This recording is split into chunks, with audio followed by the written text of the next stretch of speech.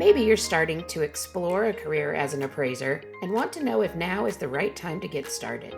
Or you're measuring your career span in decades and want to find out more about the latest apps, technology, and resources that can make your life and work a bit easier. Get the answers and insight you need with Beyond the Numbers, a podcast from McKissock Learning. I'm Julie Mollendorp Floyd, course and curriculum developer and instructor here at McKissock. Join me and an expert guest each week as we dive into the topics that matter most to appraisers, from industry and education news to marketing and other insights to help you run your business more effectively. If you'd like to stay at the forefront of appraisal news, boost your career, or just learn more about the profession, subscribe to Beyond the Numbers with McKissock Appraisal at Apple Podcasts, Spotify, or wherever you get your podcasts. Hope to see you there soon. Today, our topic is networking. What is it? How to best use your time, and where to find those really important connections. Joining us to talk today is Conrad Meertins Jr. Conrad is the chief appraiser and owner of Choice Appraisal Services, a full-service appraisal company in Louisville, Kentucky. Good to have you here, Conrad. Did I say Louisville right? You said Louisville great. Good. I try. So, why is it important for us to network as an appraiser? Don't we get our work from AMCs anyway? We do. And Julie, I just wanted to say thank you for having me. It's great to be on this podcast. Great, thank you. And yes, most appraisers, as appraisers, we do get most of our work from AMCs.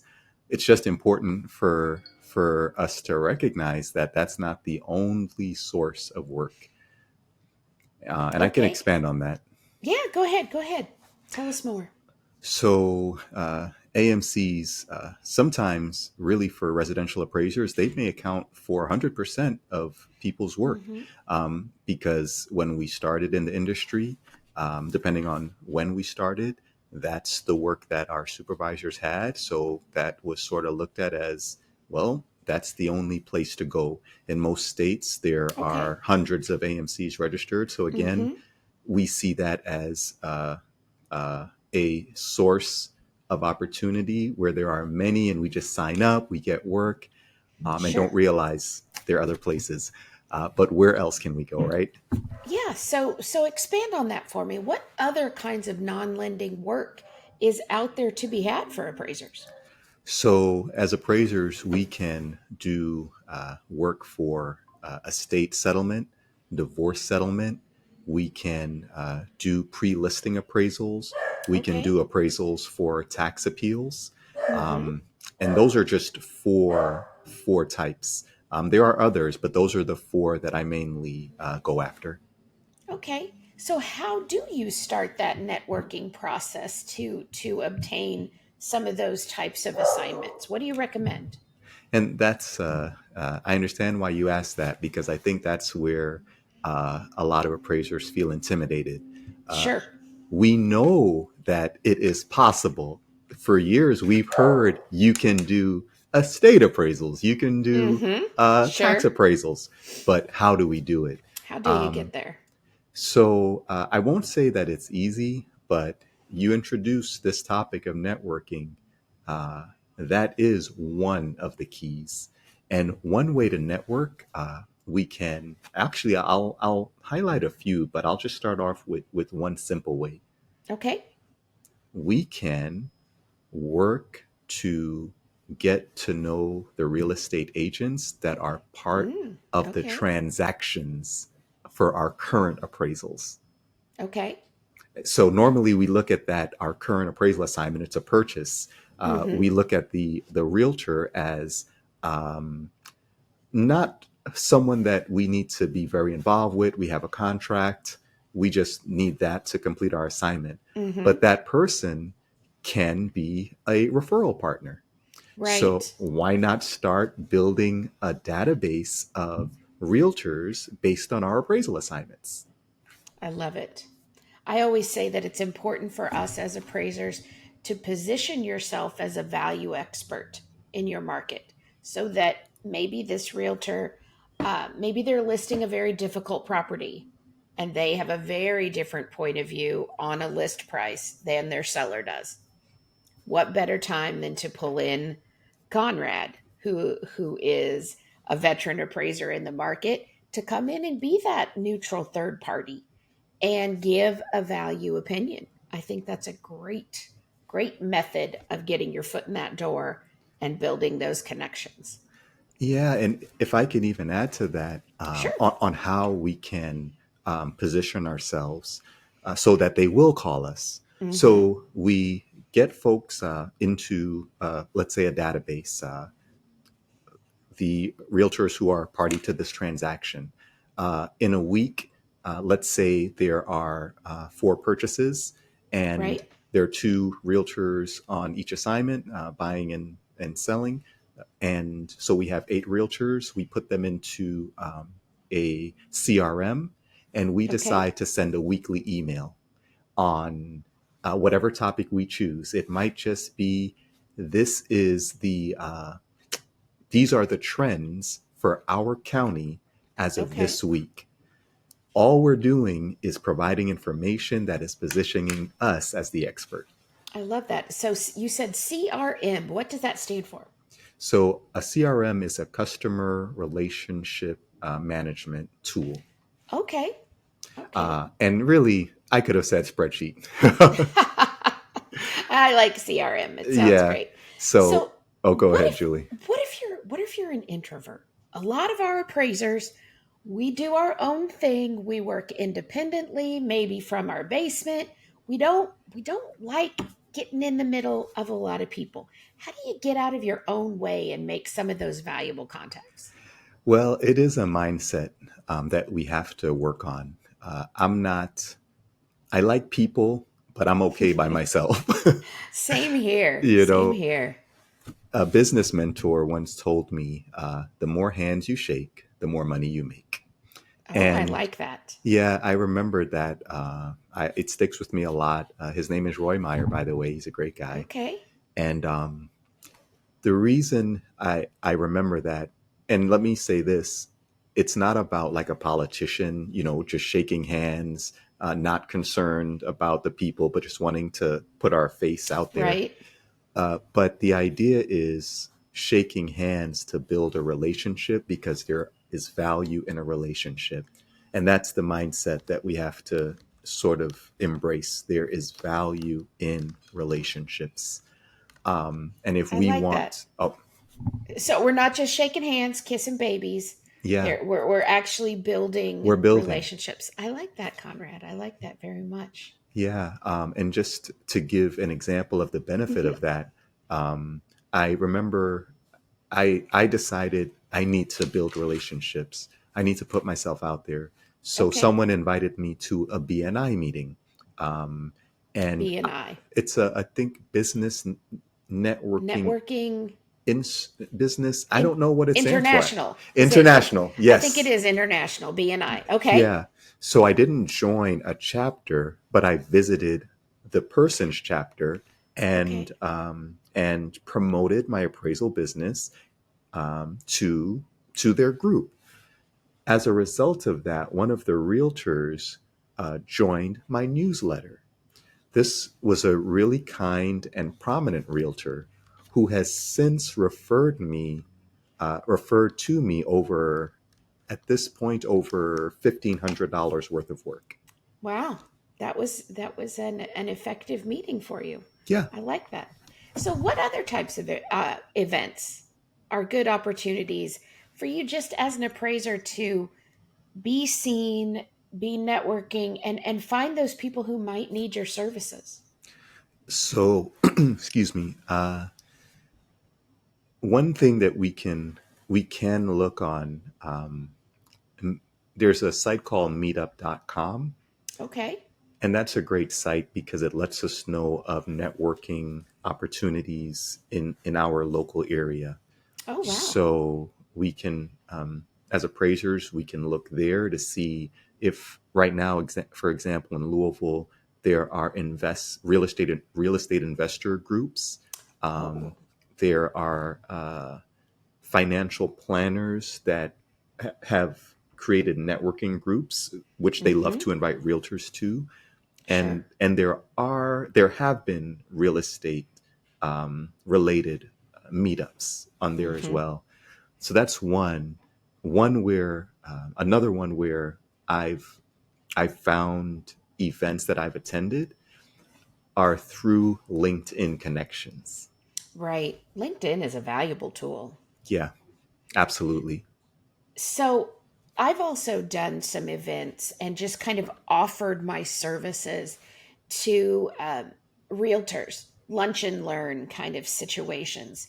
Now, it can be challenging. You got to stay on your toes because when you are at that type of event, just hey, ask the appraiser, what kind of things do you want to know?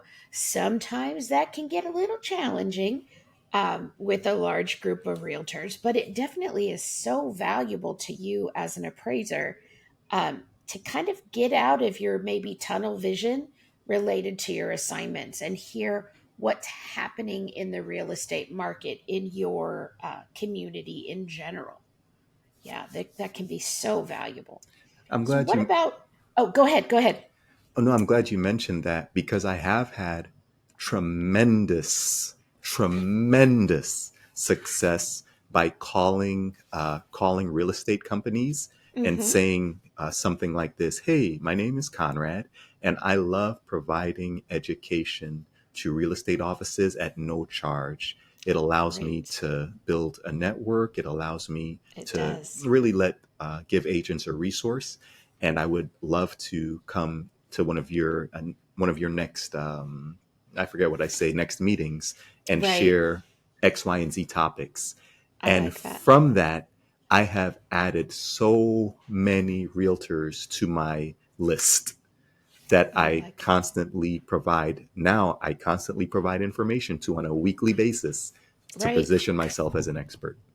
And they may call you and ask a question and take your time, and that's fine. But then down the road, when they need you, when they need to engage you for an appraisal, they've already built that relationship with you. And Yes, and some realtors do view us as the big bad appraiser that they're a little bit timid around or a little bit frightened of. And I think it's our job to build that bridge and make those connections and make ourselves, while we still maintain our professional boundaries, make ourselves a resource, make ourselves yes, available, personable, and there to answer those questions. Because we all have a absolutely. job to do. We can do it together. Um, so you mentioned BNI.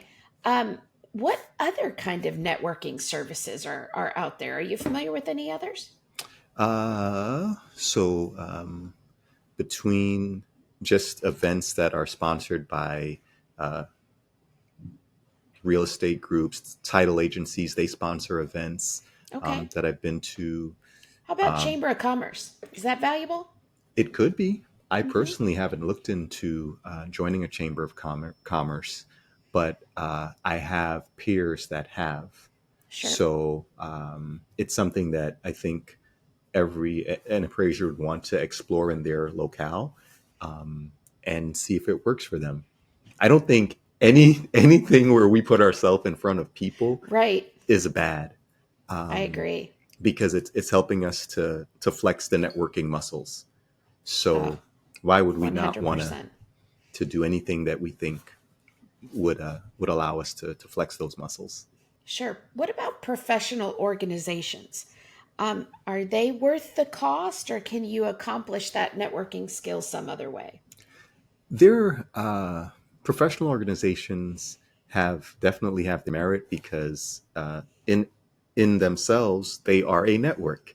Mm-hmm. So um, the only reason I'm hesitating is because I personally haven't joined a professional organization. Right. They're out there. Yeah, Right. Sure. so it's something where hey, I have peers who have, and they've said Mm-hmm. they've enjoyed them, and organizations offer classes about Right. networking.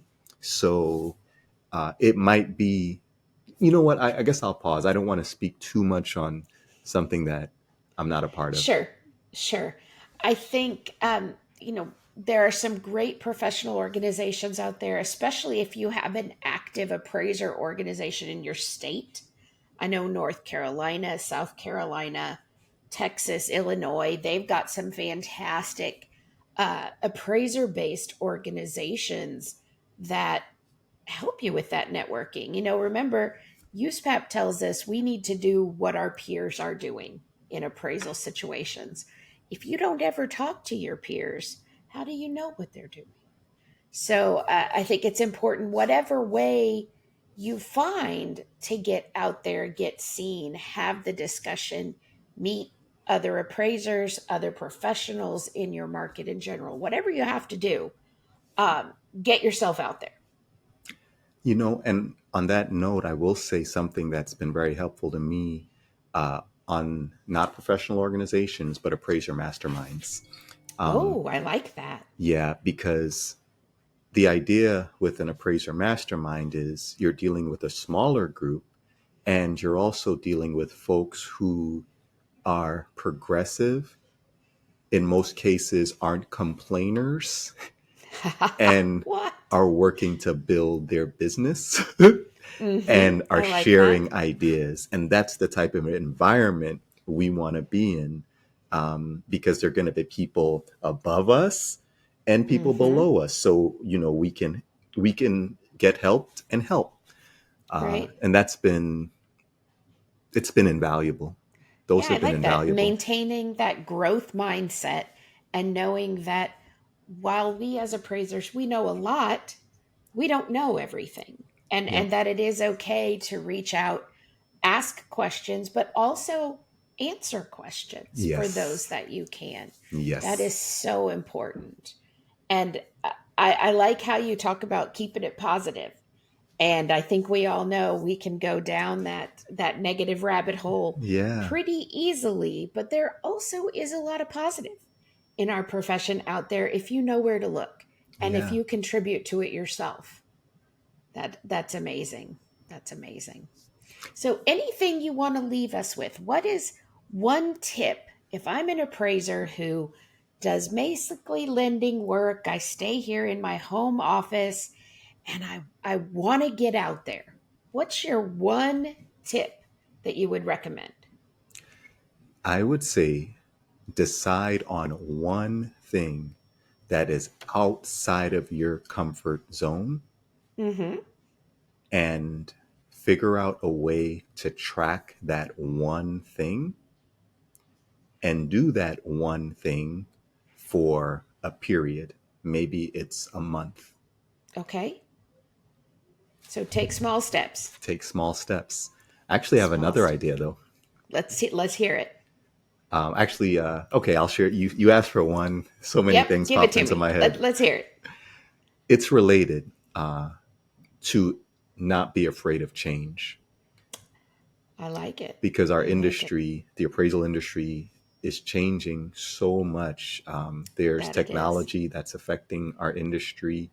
Um, and if we're not afraid of change, then we won't complain as the waves of change come, Right. and we're Right. going to look for ways to work with the change, to see how, okay, like there's a book, Who Moved My Cheese, and the whole Mm-hmm. idea was a person's source of income moved from the place that they always looked for it. So maybe in this Right. case, maybe the AMC income is going down, so our cheese has moved. So now I we like have to it. decide, okay, we can complain about that change has taken place, or we could just say, okay, I got to go figure out where my cheese Right. is, where I can get How do I fit in? right. I like it. And I that's like the it. idea of, okay, get out of my comfort zone. What's the one thing I can Right. do? Maybe I can contact one real estate office every week and position Mm-hmm. myself as the expert to offer advice and work. And grow from there. I Work like it. exactly, grow from there. And track it. I like that very That's really much. important. Yeah. Yeah. Metrics. Make sure it's measurable. Well, thank you, Conrad, for sharing your insights with us today. Um, Thank you all for listening to Beyond the Numbers with McKissock Appraisal. I'm your host, Julie Mollendorp Floyd. I'll link a great article written by Conrad in our show notes so you can check that out. And tune back in next week when we sit down with John Dingman, the Chief Appraiser with Class Valuation, as we dive into all things AMC related. Be sure to rate, review, and subscribe to our podcasts on Apple Podcasts, Spotify, or wherever you get your podcasts. And be sure to check out Unlimited Learning at McKissock.com to discover courses, learning library resources, and more to help you expand your skill set and grow your appraisal practice. Thanks for tuning in to this week's Beyond the Numbers. If you'd like to stay at the forefront of appraisal news, boost your career, or just learn more about the profession, be sure to subscribe to Beyond the Numbers with McKissock Appraisal at Apple Podcasts, Spotify, or wherever you get your podcasts. Thanks for stopping by.